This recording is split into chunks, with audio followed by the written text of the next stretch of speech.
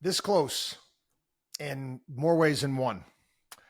My day, late Saturday afternoon, I was at my office getting ready to, again, grad party summer for my son.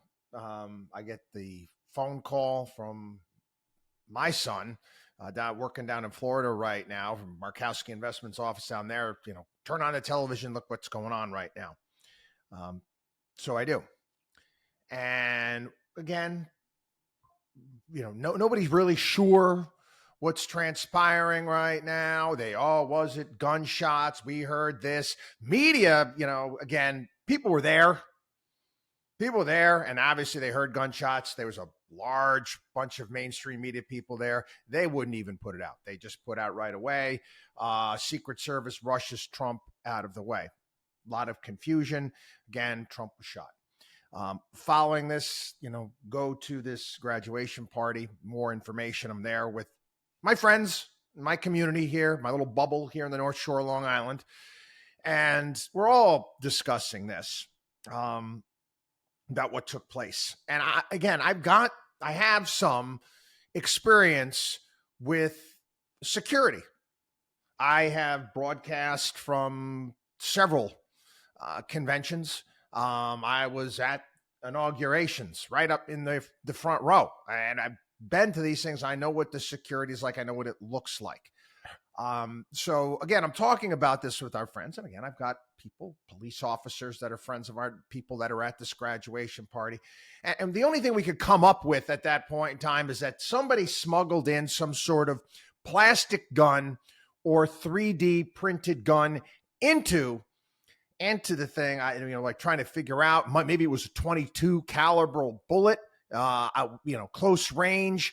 That was the only thing that we could think of. I mean, it's, not possible that somebody could get a shot off, right? From an elevated position. No way, no how. Shooting experience. Again, something I like to do my entire life. I understand, what a rifle can do. And I'm going to be honest, if you're not familiar with guns, or if you haven't shot guns, you've never gone out to a range or anything like that. If you spend a day with an instructor practicing with a rifle, you're going to be able to come pretty close to making those shots by the end of the day. You will. You'll be able to do it. So we get more information coming out, and I couldn't get my arms around it. Again, it starts trickling out that there was a shooter, line of sight, that close to the president, an unsecured building, high ground. How? Not feasible, okay? It's like Vincenti there from Princess Bride. Inconceivable something like that to happen. You could have a police officer maybe a week into the academy being able to, knowing that you're going to have to secure that spot right there. More videos coming out on social media. People taking pictures of this gunman, pointing him out to authorities. There's somebody up there. You can see it. He's crawling across the top of the building. Nothing done.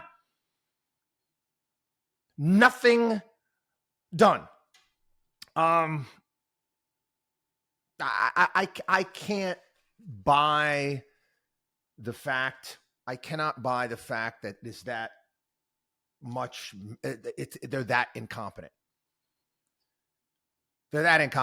Eric Prince, who was in charge of former Navy SEALs, in charge of Blackwater, and it's either malice or massive incompetence, which tells you one of two things, people. And I'm playing conspiracy theorist here. Okay, we'll get into that in a bit. But you're talking that type of incompetence. What does the government do well at this point in time? The vaunted Secret Service? You've got to be kidding me. Even their reaction in covering the president, that was a major F up. There might have been a second shooter. And how that thing was mind-boggling. I cannot believe that it was that bad. I'm sorry. I'm sorry.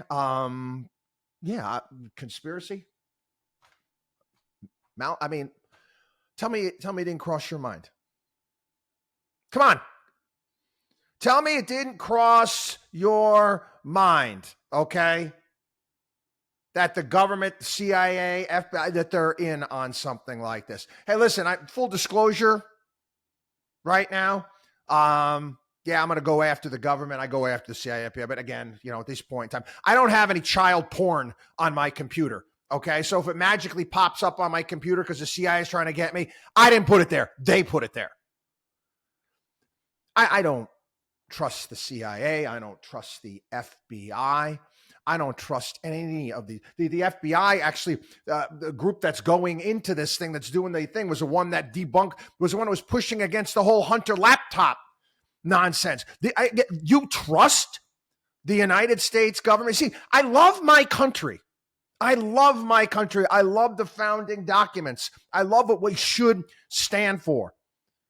And if you know anything about it, we shouldn't love government.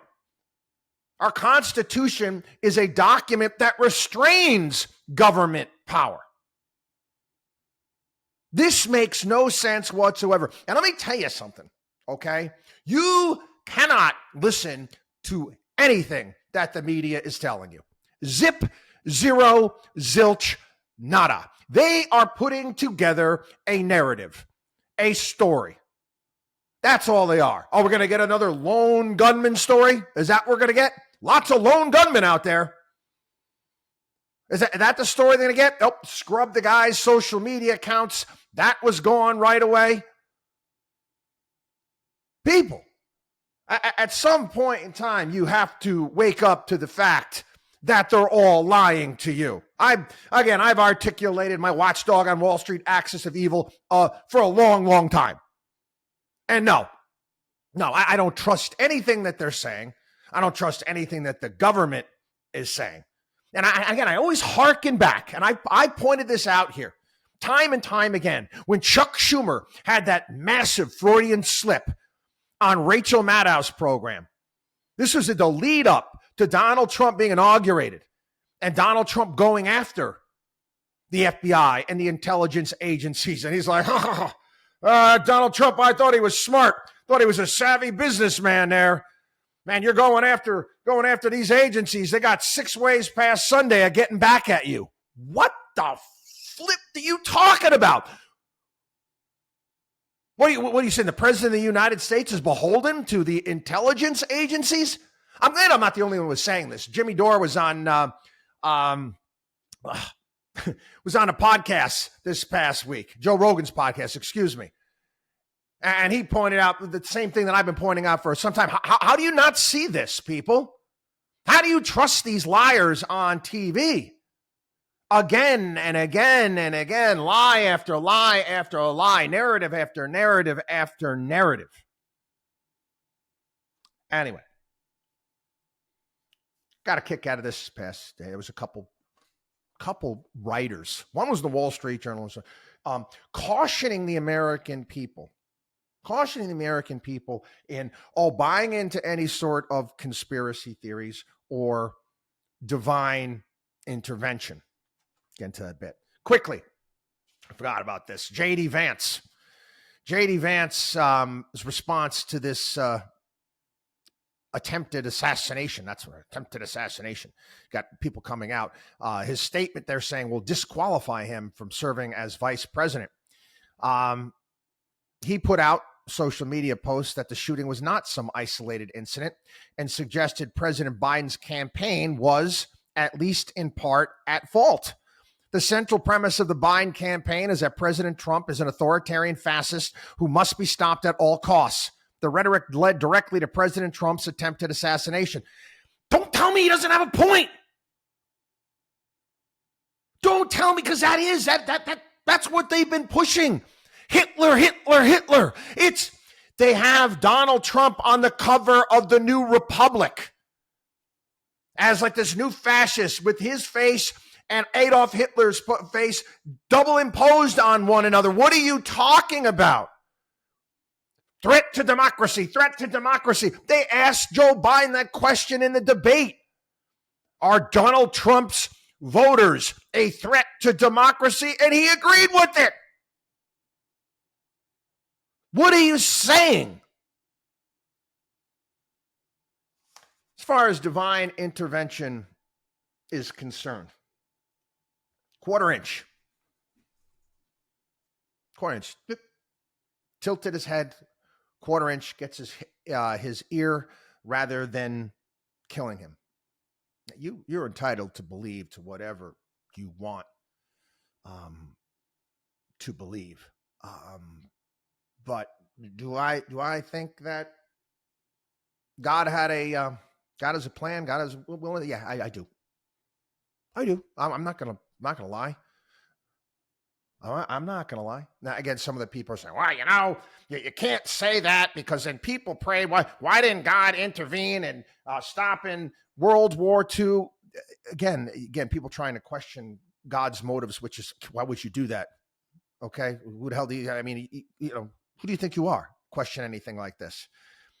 My thing is this. And again, I was so shaken Saturday. I didn't stay long at the grab per song with my friends. I had to go home. I had to get and see what was going on, watching what was transpiring, watch what the media was pulling.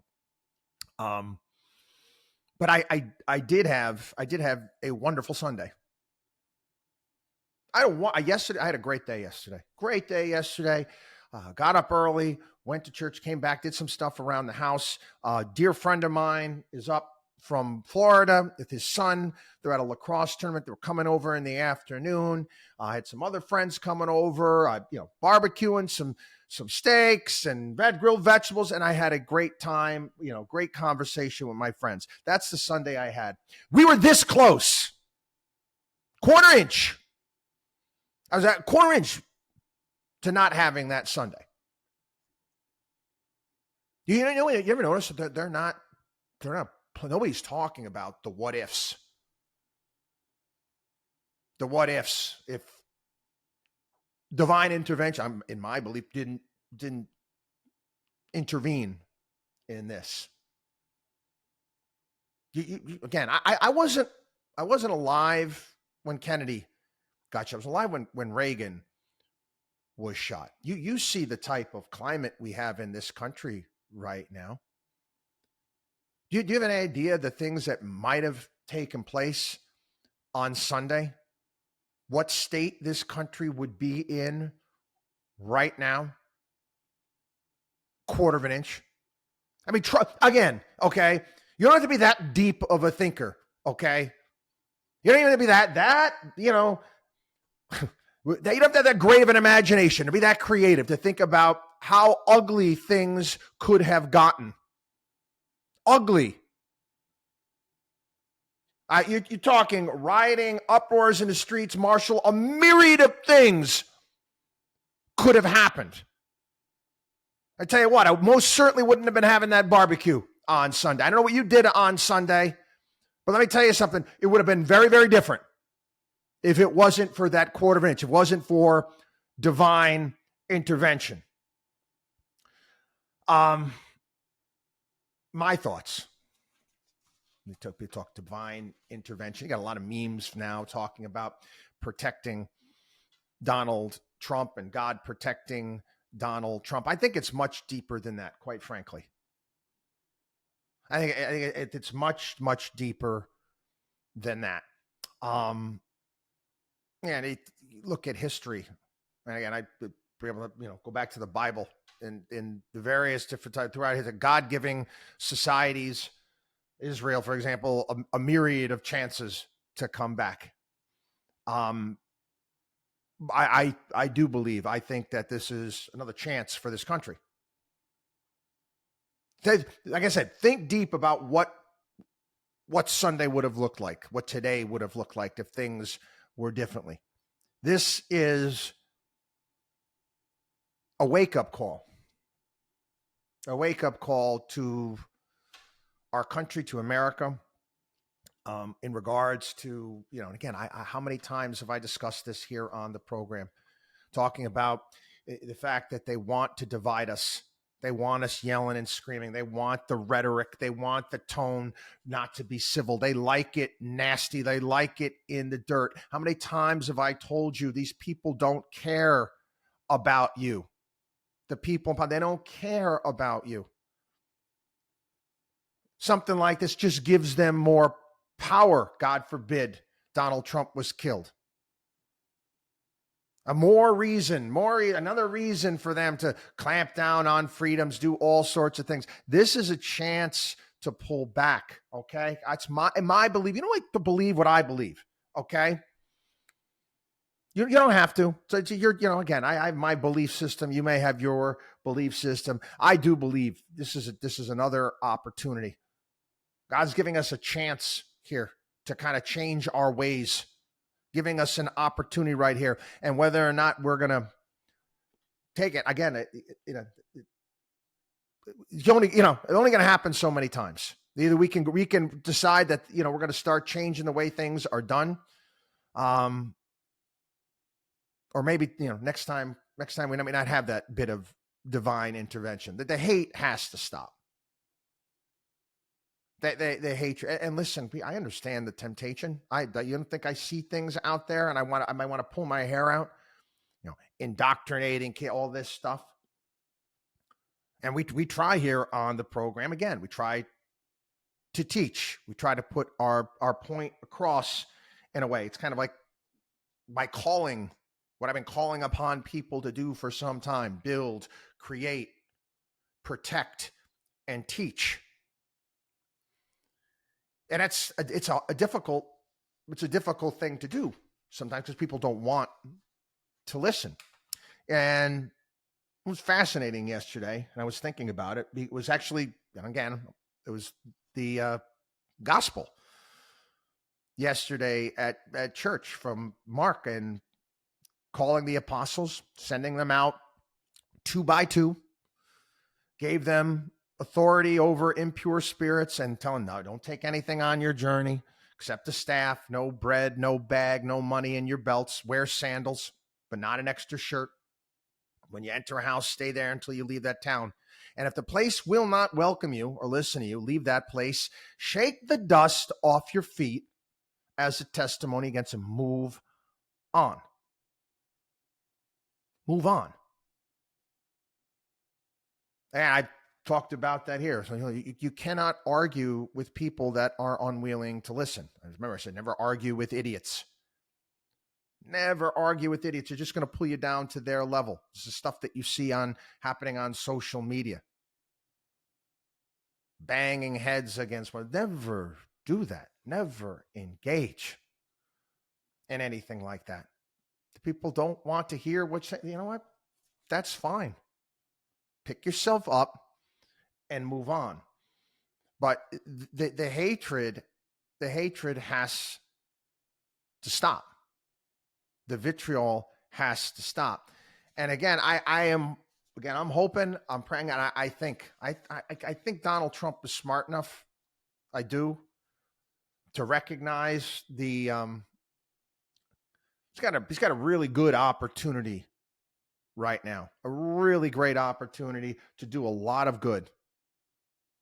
Try. And he's been saying the right things, trying to unite the country, unite America, bring the country together.